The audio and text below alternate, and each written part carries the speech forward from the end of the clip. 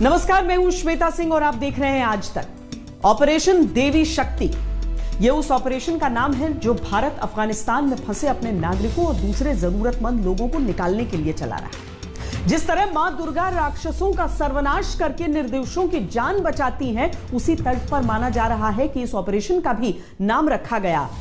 कैसे चलाया गया यह ऑपरेशन, तालिबान के खतरनाक चंगुल से बचाने के लिए इस ऑपरेशन में किन बातों का ध्यान रखा गया और वो क्या बात है जो भारत को इस तरह की स्थिति में दूसरे देशों से अलग बनाती है, आज ये सारी बातें आपको बताएंगे। बहुत अच्छे टाइम में हमारी मदद किए। बहुत गंदे हालात थे, वहाँ तालिबान थे, बहुत हालात सही नहीं थे। देखो काबुल एयरपोर्ट में हर एक गेट पे 5000 बंदा 4000 बंदा खड़ा है। भारत जय हिंद बहुत अच्छा है, बस हम लोग वापस आए, यही हमारा कोशिश है। तू शाहीन है, परवाज है काम तेरा, तेरे सामने आसमान और भी है। गए दिन की तन्हा था मैं अंजुमन में, यहाँ अब मेरे राज़दां और भी है। थैंक यू, बहुत किया था, थैंक यू।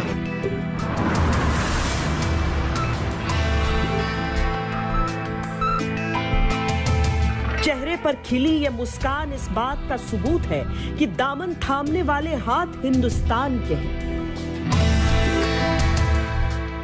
ऑपरेशन देवी शक्ति के तहत अफगानिस्तान से सैकड़ों साथियों को भारत लाया जा रहा है।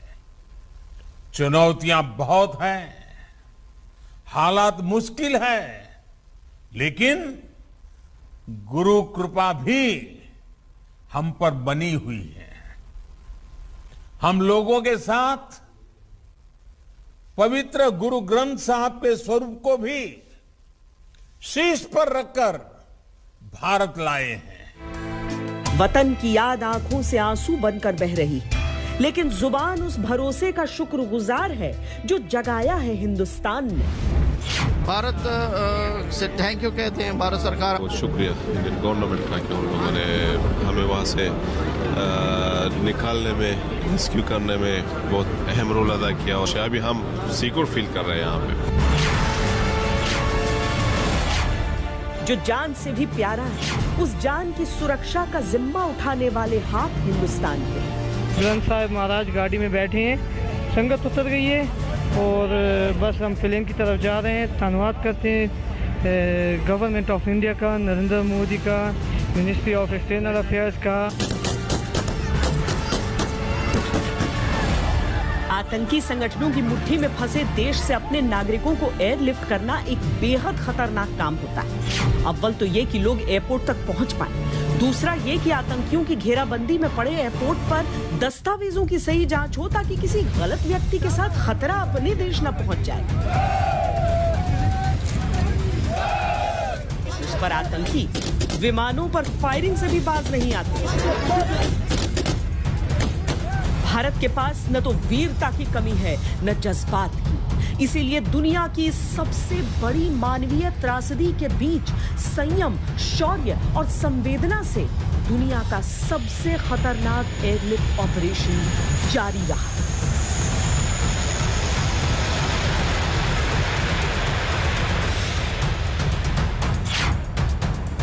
भारत के लिए सबसे बड़ी चुनौती है क्योंकि केवल 2 विमानों को टेक ऑफ का समय दिया गया है और भारत लौटते समय पाकिस्तानी एयर स्पेस के कारण सीधा रास्ता नहीं लिया जा सकता।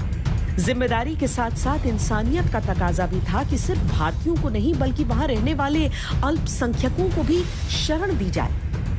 तब भारत सरकार ने भारतीय वायुसेना के साथ मिलकर चलाया सबसे खतरनाक ऑपरेशन देवी शक्ति। आखिर क्या है देवी शक्ति, कितना खतरनाक है ये ऑपरेशन? आज हम आपको खूंखार तालिबानियों के बीच से जिंदगी बचाने की पूरी कहानी सुनाएंगे। ये लोग सेफ आ गए हैं, वैसे भी जो बाकी लोग फंसे हुए हैं वो भी आराम से आ जाएंगे, बस थोड़ा पेशेंस रखें। ऑपरेशन देवी शक्ति में भारतीय वायुसेना ने 500 से ज्यादा लोगों को अफगानिस्तान से सकुशल निकाला। हालांकि अफगानिस्तान में बम धमाके भी हुए, लेकिन फिर भी इससे ऑपरेशन देवी शक्ति पर कोई फर्क नहीं पड़ा। अफगानिस्तान में तालिबान के बर्बर आतंक की गिरफ्त में जिंदगी की जद्दोजहद करते लोगों को सुरक्षित निकालने के भारत के मुश्किल मिशन का नाम ऑपरेशन देवी शक्ति रखा गया।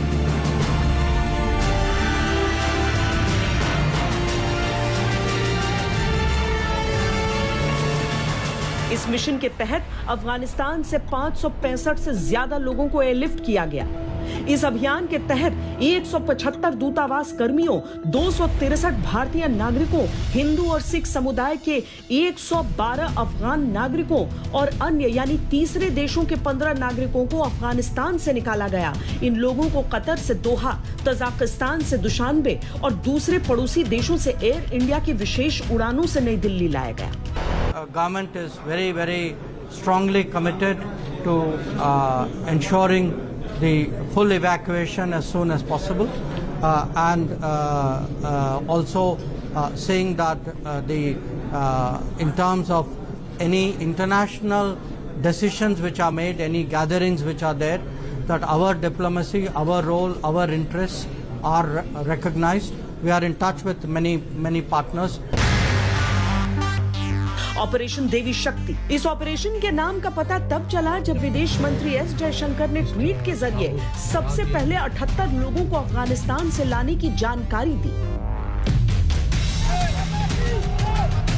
देवी शक्ति is contextual, it's inspiring, and it reflects the Prime Minister's deep commitment. जो evacuation effort है,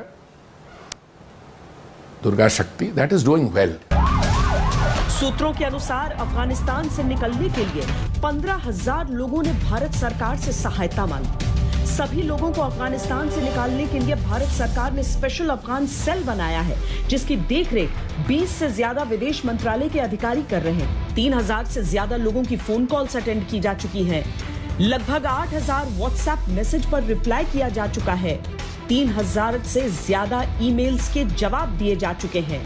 एयरफोर्स के विमानों में धीरे धीरे लोगों को भारत लाया जा रहा है। पिछले एक सप्ताह से हजारों अफगान नागरिक काबुल हवाई अड्डे के आसपास इकट्ठा हैं, जो तालिबान के कब्जे के बाद अपना देश छोड़ना चाहते हैं। उन्हें डर है कि तालिबान के साथ देश में बर्बरता का दौर फिर लौट आएगा।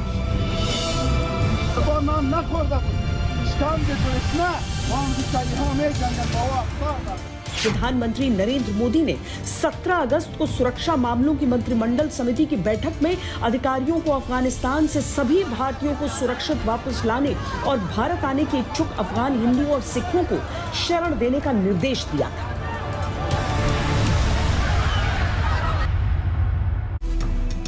भारत की प्राथमिकता रही है कि वो अपने नागरिकों को रेस्क्यू करे, लेकिन इसके साथ ही बाकियों के साथ भी कोई भेदभाव नहीं किया गया। जो वहां हिंदू हैं, जो सिख हैं, जो अफगानी नागरिक हैं, उनकी मदद की गई। इसके अलावा कई जरूरतमंद अफगान नागरिकों को और भी एयरलिफ्ट किया गया।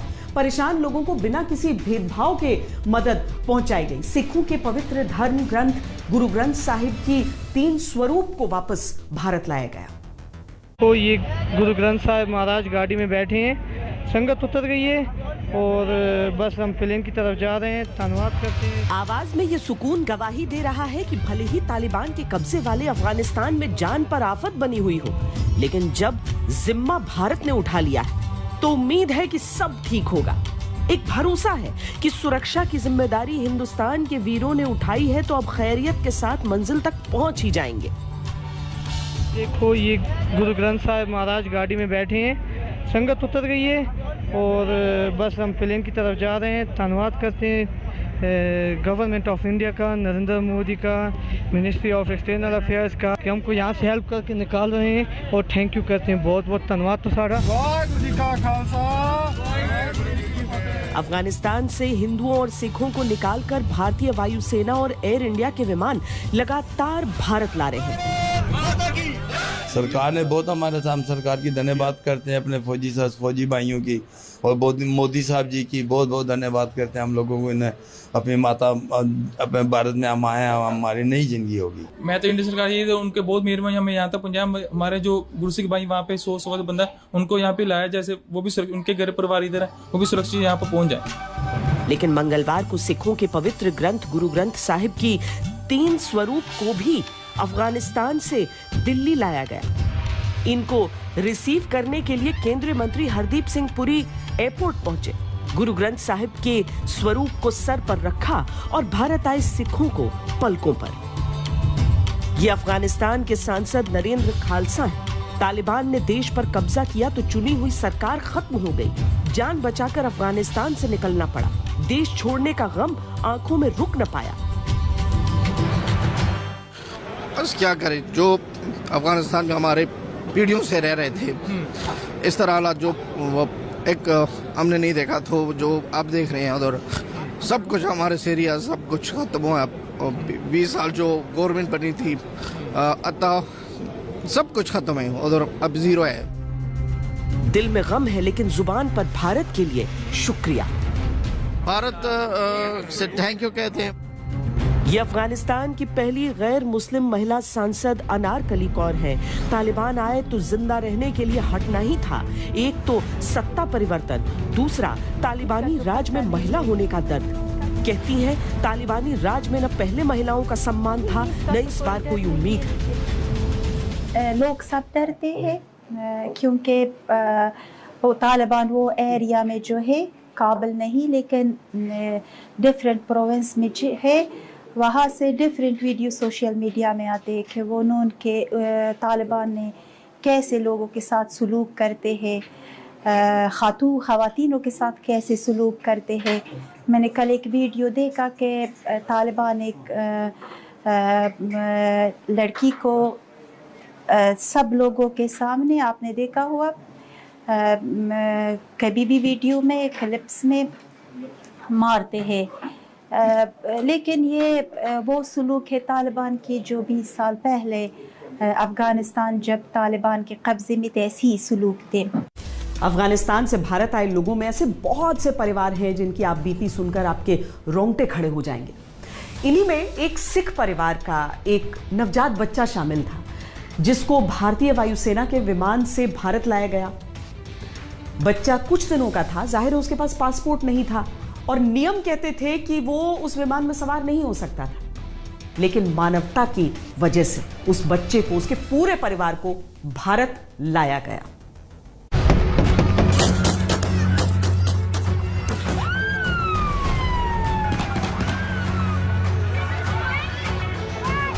एक हुक्मरान ऐसा है जिसके खौफ से उसके अपने ही नागरिक देश छोड़कर भाग रहे हैं।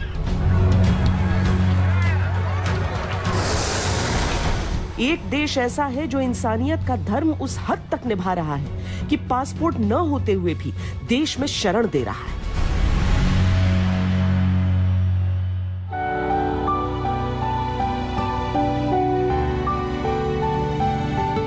अफगानिस्तान के धमाकों और बर्बादी के बीच ये सबसे ज्यादा सुकून देने वाली तस्वीर। बच्चे के चेहरे पर यह मुस्कुराहट ऐसी है जो सारे गम भुला सकती है। एक छोटी सी बच्ची अपने छोटे से भाई को प्यार कर रही है। जाहिर है बच्चे को भारत आकर खुशी के पल मिले हैं तो वो अपने भाई पर अपना प्यार जता रही है। वायुसेना का विमान जब रविवार सुबह भारत लैंड किया तो उसमें 168 लोगों में एक ऐसा बच्चा भी शामिल था जिसे बिना पासपोर्ट के लाया गया। हिंडन एयरबेस पर उतरे अफगान नागरिक किरपाल सिंह के 3.5 महीने के बच्चे इकनूर का पासपोर्ट नहीं था, लेकिन भारत सरकार के अधिकारियों ने रोक नहीं लगाई क्योंकि प्राथमिकता इंसानियत थी। हिंडन एयरपोर्ट पर लैंड करने के बाद बच्चे के जरूरी कागजात बनवाए गए।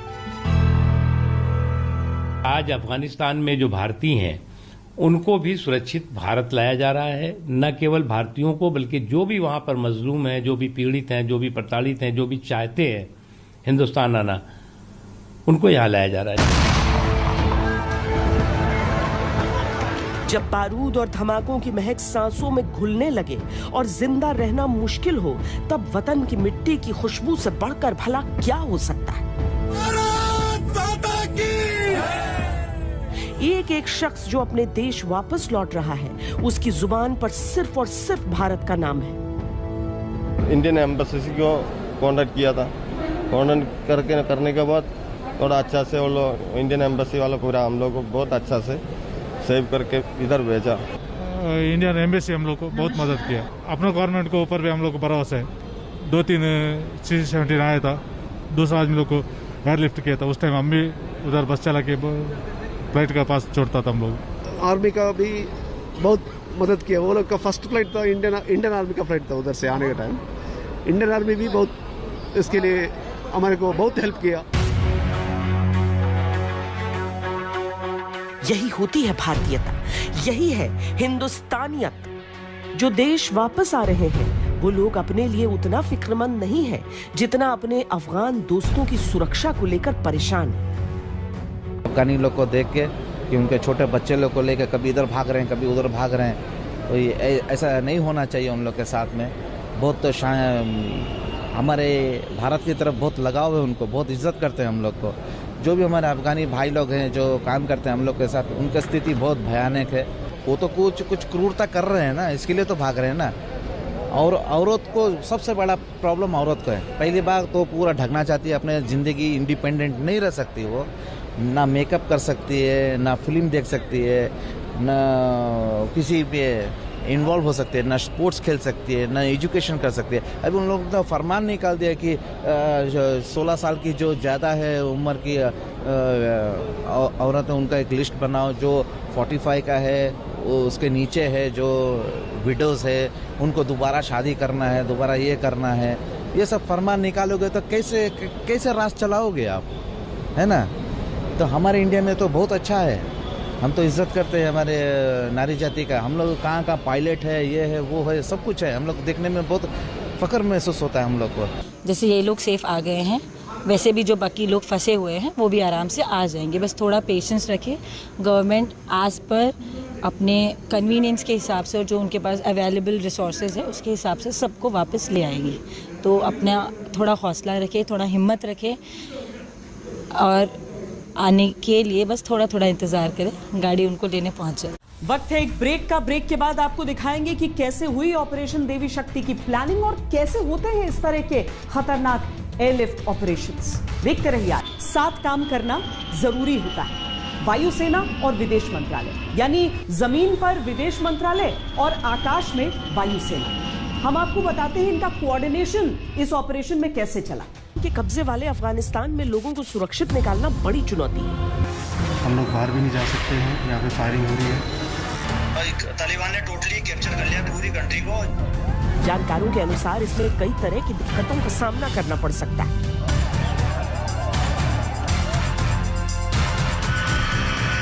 तालिबान रॉकेट लॉन्चर से हवा में उड़ते जहाज पर हमला कर सकता है। जमीन पर उतरने के बाद तालिबान जहाज को हाईजैक कर सकता है, लोगों को एयरलिफ्ट करने से रोक सकता है या एयरलिफ्ट में देरी करवा सकता है। 1992 अफगानिस्तान में जब तालिबानी सत्ता थी तो मज़ार शरीफ में एयरलिफ्ट ऑपरेशन को अंजाम देने वाले retired squadron leader Rajesh Kumar बताते हैं इस तरह के ऑपरेशन में क्या-क्या दिक्कतों का सामना करना पड़ता है। It's difficult even now. It's not easy. The Taliban can use shoulder-fired weapons, which are very effective at low altitudes. The airfield is effectively under the control of Americans. Therefore, a certain amount of security is guaranteed.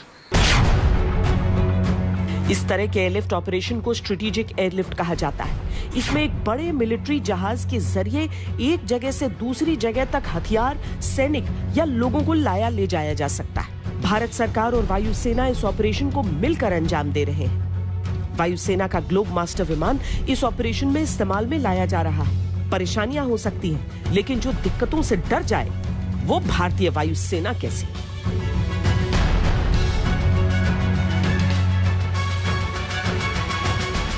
One thing, Air Force, yesterday, today, tomorrow, we have to take risks. No, there is nothing great that we have to take risk. Yes, you calculate how best to overcome, but there are certain things which may happen. Like the Air Force is doing a tremendous job. The whole nation is watching it, and my hats off to all the pilots who are doing it. अनेक तरह की कंटिजेंसियाँ हो सकती हैं, जैसे root contingencies, engine या technical चीज़ों के कंटिजेंसीज या सिक्योरिटी कंटिजेंसीज। किसी जगह पे ऑल्टीट्यूड हमको बहुत लो करना पड़ता है क्योंकि हो सकता है वहाँ पे कोई लंबी दूरी मार करने वाली मिसाइल्स हो जो हम पे दाग दिया जाता है। तो इस तरह की चीज़ों को मद्देनज़र हम रूट की लंबाई और रूट की ऑल्टीट्यूड हम प्लान करके चलते हैं। इसके बावजूद अगर कोई चीज़ हम पे आके लग जाए तो हम क्या करेंगे, कहाँ जाके लैंड करेंगे और किससे सहायता लेंगे, ये सारी चीज़ों का पहले से ही टाई अप करके और हर जगह के डिप्लोमेट जो हैं ये चीज़ों को बिल्कुल सक्रिय करके फिर चलते हैं। हामिद करजई एयरपोर्ट की सुरक्षा की जिम्मेदारी और एयरफील्ड कंट्रोल इस समय अमेरिका के हाथों में है। हर दिन करीब 25 फ्लाइट्स ऑपरेट हो रही हैं। लेकिन अमेरिकी प्रशासन अभी भारत को दिन में 2 फ्लाइट ही ऑपरेट करने की इजाजत दे रहा है। हर फ्लाइट में करीब 75 से 80 लोगों को एयरलिफ्ट किया जा रहा है। इन लोगों को तजाकिस्तान या कतर के जरिए भारत लाया जा रहा है, क्योंकि तजाकिस्तान में भारत का एयरबेस भी है। कतार का बेस है उधर में, बहुत बड़ा यूएस का बेस है, तो हमको उधर लेके गया। तो मैं जब उधर गए हम लोग, तो कतार एम्बेसी से हम लोग ने इंडियन एम्बेसी से ये किया, उन लोग ने बहुत अच्छा रिस्पांस किया। एक क्लिक पे उन लोगों ने हम लोग को रिप्लाई देते थे, I am doing this, I am doing this, I am on this. तो बहुत अच्छा हम लोग ये एयरपोर्ट तक हम लोग को लाए, खाना वाना खिलाए, फिर हम लोग को एयरक्राफ्ट तक लेके आए। उन लोगों ने बहुत अरेंजमेंट अच्छा किया। तालिबान ने अमेरिका को अफगानिस्तान से जाने के लिए 31 अगस्त तक की डेडलाइन दी है। हालांकि अमेरिकी राष्ट्रपति जो बाइडेन ने कहा है कि अमेरिकी फौजें 31 के बाद तक रुक सकती हैं अगर लोगों को निकालने का काम पूरा नहीं हो पाया। We will not be deterred by terrorists. We will not let them stop our mission. We will continue the evacuation. I've also ordered my commanders to develop operational plans to strike ISIS-K assets, leadership, and facilities. We will respond with force and precision at our time, at the place we choose, in the moment of our choosing. Here's what you need to know. These ISIS terrorists will not win. We will rescue the Americans who are there. We will get our Afghan allies out. And our mission will go on.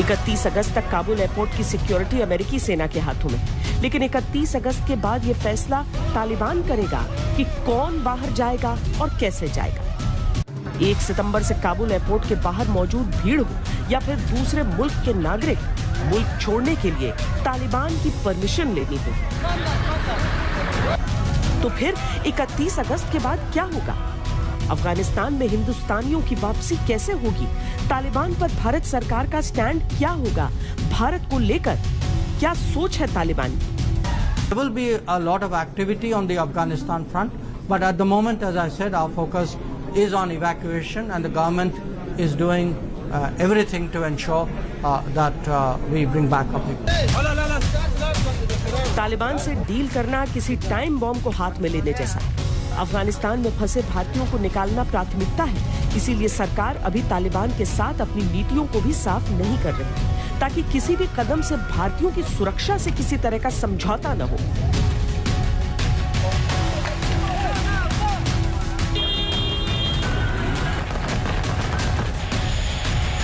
Operation Devi शक्ति जैसे बड़े और खतरनाक operation को अंजाम देने के लिए जबरदस्त प्लानिंग की जरूरत थी। आखिर कैसे हुआ वो पहला एयरलिफ्ट? भारत से काबुल और फिर काबुल से तजाकिस्तान और हिंडन तक कैसे लाया गया अफगानिस्तान से नागरिकों का पहला जत्था? सूत्रों के अनुसार सबसे पहले 16 अगस्त को C-17 ग्लोब मास्टर ने शाम 4:20 पर हिंडन एयरफोर्स स्टेशन से उड़ान भरी। इसमें एयरफोर्स के गरुड़ कमांडोज भी मौजूद थे। इस प्लेन में पूरी तैयारी के साथ एयरफोर्स की टीम गई थी। इस दौरान ईरान और पाकिस्तान के एयर स्पेस को यूज नहीं किया गया। ओमान और पर्शियन गल्फ होते हुए एयरफोर्स का विमान सबसे पहले तजाकिस्तान पहुंचा, क्योंकि तजाकिस्तान में भारत का एयरबेस है, इसीलिए जहाज पहले वहां पर गया। ऑफ देवी शक्ति में डायरेक्ट C-130 फ्लाइट्स भी हैं और एयर इंडिया फ्लाइट्स जो दुशानबे ताजिकिस्तान लेकर के जाके वहां से भी हम लेके आ रहे हैं लोगों को। तो आप इसको अंदाजा लगा सकते हैं कि किस तरह की प्लानिंग ऑपरेशंस रूम में, इंडियन एयरफोर्स के ऑपरेशंस रूम में होता होगा और किस तरह की इसकी सारी ब्रीफिंग और बाकी एक्यूपिंग द ट्रूप्स हो या ट्रूप ट्रेनिंग हो, ये सारी चीज़ें होती होंगी। तो हमारे लिए इवैक्यूएशन कोई नई बात नहीं है। इवैक्यूएशन में काफ़ी चीज़ें हम मद्देनज़र रख के चलते हैं। इवैक्यूएट करने वाले लोगों की जो मेडिसिन रिक्वायरमेंट हो, पानी की रिक्वायरमेंट हो, या फिर खाने की रिक्वायरमेंट हो, आइसोलेशन की रिक्वायरमेंट हो, ये सारी चीज़ों को मद्देनज़र हम चलते हैं। कुछ इवैक्यूएशन करने वाले जगह में एक अनेक तरह की बीमारियां होती हैं, तो उनके लिए जो साजो सामान हैं और डॉक्टर्स हैं वो भी इसी इवैक्यूएशन वाले जो जहाज में जाते हैं। एक ट्रांसपोर्ट पायलट की मुख्य जिम्मेदारियां हैं air transport operations, operational logistics, air mobility and special missions जैसे हम करते हैं, could be special operations, could be humanitarian assistance and disaster relief. और ये सब मिशंस हम सिर्फ अपने देश में नहीं, अपने फ्रेंडली नेशंस के लिए भी करते हैं। तजाकिस्तान से भारतीय विमान अगले दिन सुबह काबुल एयरपोर्ट पर पहुंचा। नेटो फोर्सेस के क्लियरेंस के बाद ग्लोब मास्टर काबुल एयरपोर्ट पर लैंड कर गया। इस दौरान काबुल इंटरनेशनल एयरपोर्ट पर नेटो फोर्सेस ने भारत की मदद की।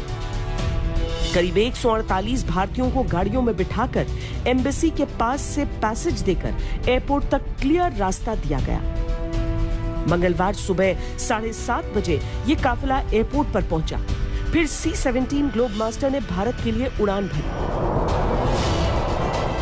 इसमें एम्बेसी से जुड़े अधिकारी, ITBP के 100 से ज्यादा जवान और कुछ पत्रकार समेत दूसरे लोग इस विमान में सवार होकर काबुल एयरपोर्ट से रवाना हुए। काबुल से निकलने के बाद लगभग 11 बजे C-17 globe master Jamnagar air force station पहुंचा।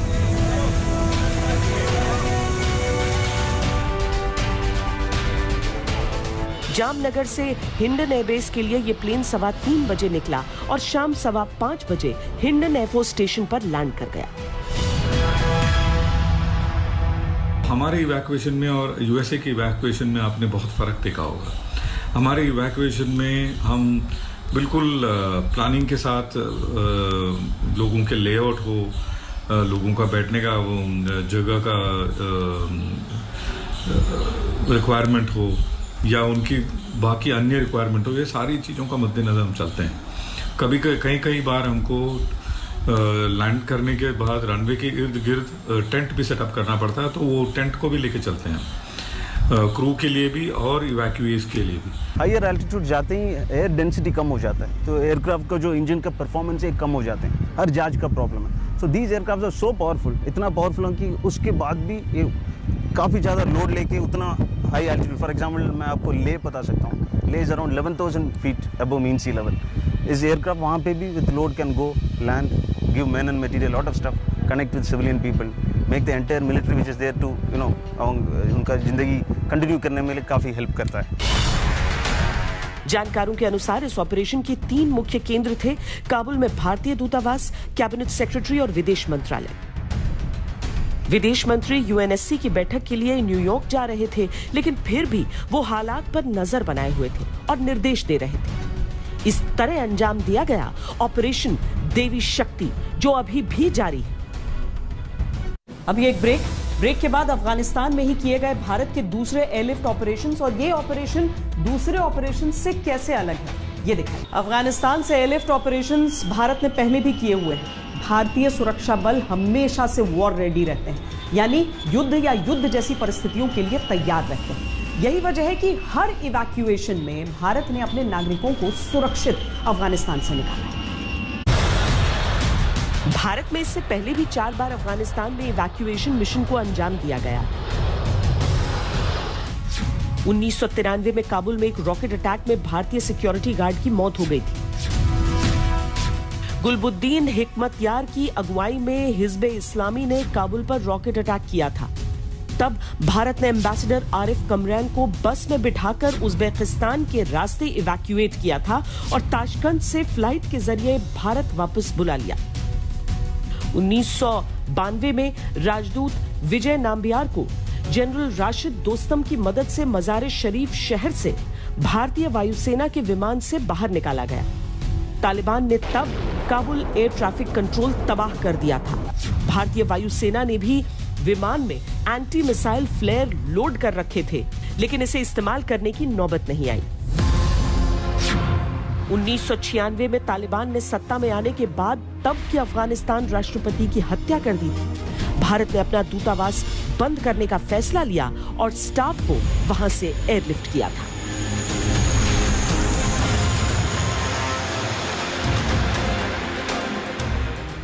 कहा जाता है कि जब विपत्ति आती है तभी ही किसी की असली पहचान होती है, चाहे इंसान हो या फिर देश। भारत ने भी जिस तरह के एयरलिफ्ट ऑपरेशंस चलाए हैं और जिस तरीके से दूसरे देशों के नागरिकों की भी मदद की है, वो अपने आप में बहुत कुछ कहता है। अभी के लिए इतना ही। देखते रहिए आज तक। आज तक बेमिसाल